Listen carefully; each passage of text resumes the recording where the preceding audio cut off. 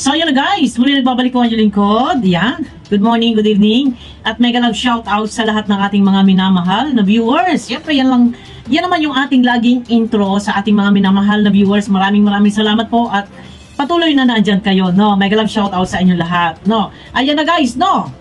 At nakikita nyo ang ating thumbnail, si Carla, ang gandang Pinay, no? Ito ha, ating thumbnail dyan, no? Gawing inspirasyon ang basher.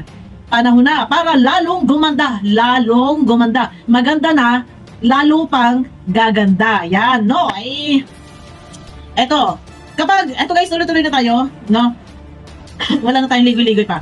Kapag tayo naandun sa puntong meron mang nangahamak ng lalait, sasabihin, ganun yung kaitsurahan natin. Pero ang pinaka-the best, no? Kesa sa patulan pa natin, ang pinaka-the best po niyan, gawin nating inspirasyon.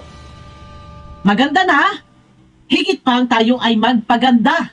Kung tayo ay mataba, medyo marami tayong mga labis-labis. Yeah, kagaya ko, kagaya ko, yan guys.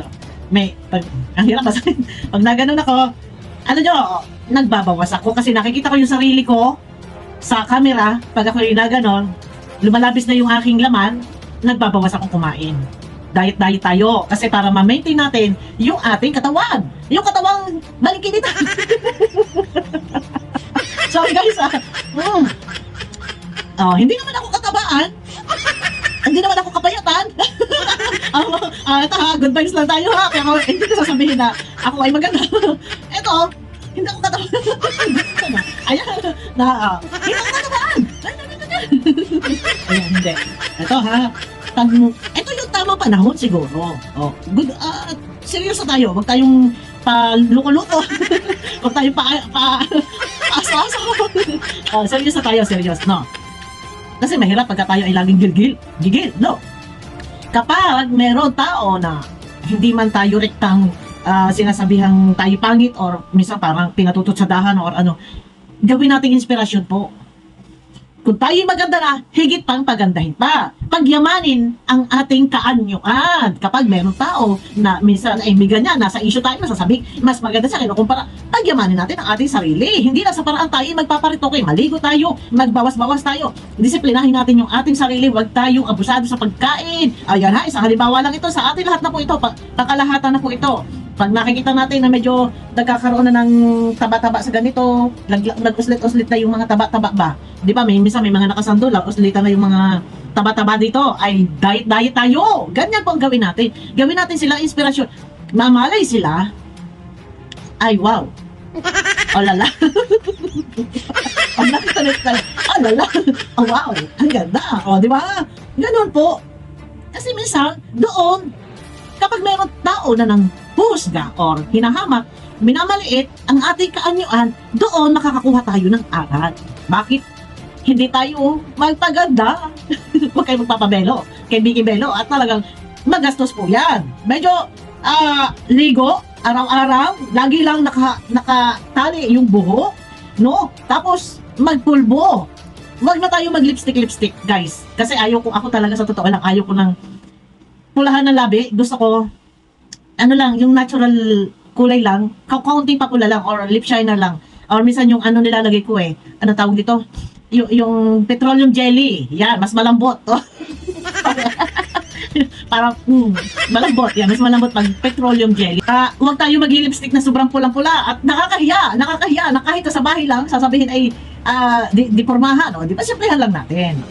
Nakapulbo tayo, hilamos tayo araw-araw para hindi tayo magkaroon ng wrinkles, ng yan. Pagka umaga, alam nyo, ginagano ko yung mukha ko pagka umaga na.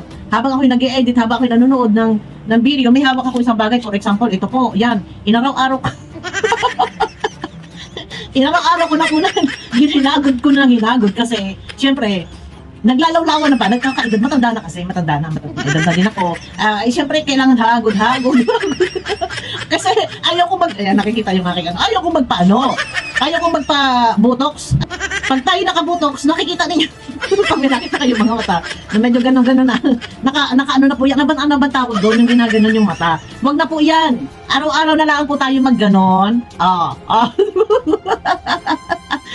At saka yung foot natin ay paano para hindi gano, paano ba mapaplat pag yung puwet mo ay ano na yung gano nakatambok lang parang puwet na ng teddy bear. Anong dapat gawin doon? Pajarjer. Para maplat.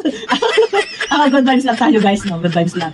Eto na, serious tayo, balik tayo doon kay Carla. Makikita nyo guys, sa picture, napakaganda ng mukha. Alam nyo, sa totoo lang, etong batang ito si Carla, bata pa pag kaya medyo nawala na yung mga baby fat niya, yung mga taba-taba niya, hindi naman siya ganyan katabaan talaga. Normal na talagang malusog siya, pero hindi siya ganoon sa inaasahan natin na bagsak yung katawan. Proportion naman po yung katawan niya, tama lang yung braso niya, tama lang yung dibdib niya.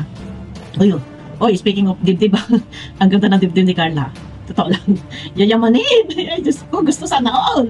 Yan, gusto ko sana all yayamanin ang dibdib ni Carla. Pero yun nga, balik tayo. Proportion yung katawan niya, yung braso niya, yung dibdib niya, yung balakang niya, and yung legs niya, yung binti niya.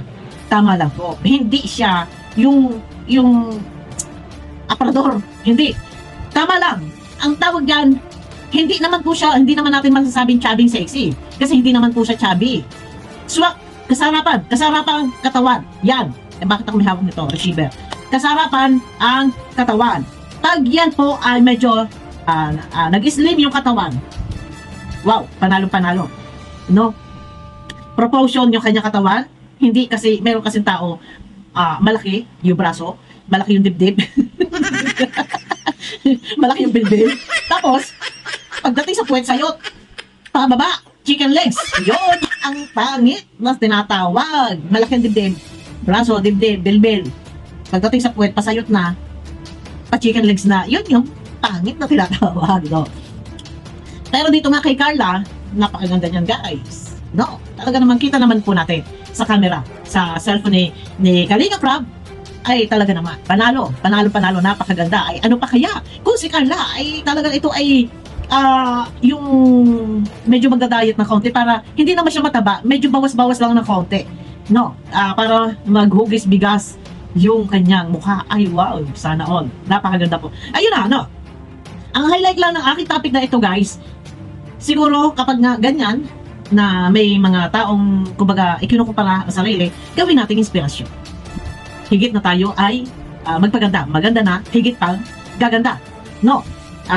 Hayaan natin, and alam natin sa sarili natin kung tayo ay pangit o hindi. Kasi, yung ganda, hindi iyan nakikita sa panlabas na anyo. No? Yung ganda, kumukupas. No? Ang Panginoon, sabi ko nga, walang nilikhang pangit ang Panginoon. Kung ganyan, ang itsura mo, pero yung kalooban ng puso mo, maganda ka nga. Ang kalooban ng puso mo naman ay iba. Sa tingin mo, papupurihan ka pa, hindi. No? Mas maganda, yung idinadown, ang idinadown, siyang iniaangat, siyang pinapupurihan. Yun lang po, no? At sabi ko nga sa inyo, gawin nating inspirasyon yung mga tao na ika nga ay makalahatan ito guys, no? Hindi lang para kay Carla. Kapag tayo nakakakita ng ganyang tao, nakakarinig tayo ng ganyang salita, lesson learned, nakakapulot po tayo ng aral. Ipakita natin, gawin natin sa sarili natin na kung paano tayo masigit panggaganda kaysa tayo ay masaktan, magmukmuk at sisihin ng ating sarili. Sabi natin, bakit nga ba ako'y pangit? Wala pong pangit. Walang pangit, guys. No. Pagyamanin natin yung ating sarili. Ligo lang yan. Linis lang yan. Pulbos lang yan. Okay na. Konting papula ng lips. Okay na yan. Tsaka, importante yung laman ng ating puso. Yan, no. Hindi natin kailangang tayo ay magmumukmuk. Hayaan natin. Kung sila'y maganda, hindi sila'y maganda. Basta tayo, walang problema. Nakangiti araw-araw. At hindi natin dapat pakadibdibin kung tayo ay hinahamak or nilalait or kinukumpara yung sarili. Hayaan lang po natin. Ipaubayan na natin yung kagandahan iyan. Basta sa Panginoon Diyos, alam ng Diyos kung ano tayo sa mata ng tao at sa mata ng Diyos. No? Alam ng tao kung ano ang ating damdamin. Yun lang, no? Pero yun na nga, no? Ayun, kay Carla, abangan natin. Baka dito, sa pangyayaring ito, ay baka mamalay tayo after 1 month, ay, naku po, Diyos ko, si Carla, eto na, hindi na natin makilala dahil sa sobra ng ganda, lalo nang gumanda ng gumanda, paganda ng paganda. Ayan, magiging ano ito kay Carla, no? Magiging challenge siya kay Carla. No, challenge po yan kay Carla. Gaganda ng gaganda ng paganda ng paganda ng paganda. Yun, no? Yun po, yun, no? Ayan na guys, may love shoutout at kita po tayo sa aking next video. At siya nga pala, pahabol ko doon sa sinasabi, sa live ni Kuya Mal kanina, ha? Sabi, ako daw ay matakaw sa views. Ang tanong, ha? Bakit may nanonood pala sa akin, guys? Matanong ko, bakit po pala kayo nanonood sa views? Nanonood sa views. No. Bakit po kayo nanonood sa akin? Ayan. Pag medyo maganda yung aking views, nanonood, maraming nanonood, sasabihin, ako'y matakaw sa views. Ay, ano baga ang gagawin ko? Doon sa nababas ng itong basyo ng pangalan to, ano ang gagawin ko? Ay, pinanonood ako. Ay, gusto ko panoorin. O, ay, paano? O, ay, pagka-ingit pikit. Kasalanan ko ba na ako'y nagkaka-views at may nanonood sa akin? O, pag ingit pikit, yun lang yun. Ayun guys, kita-kita tayo sa aking next video po. Ayan, at usaping mga uri ng klase ng puwet. Ayan, pakita natin yung mga puwet nito net. Mega lang shout out guys. Bye bye po.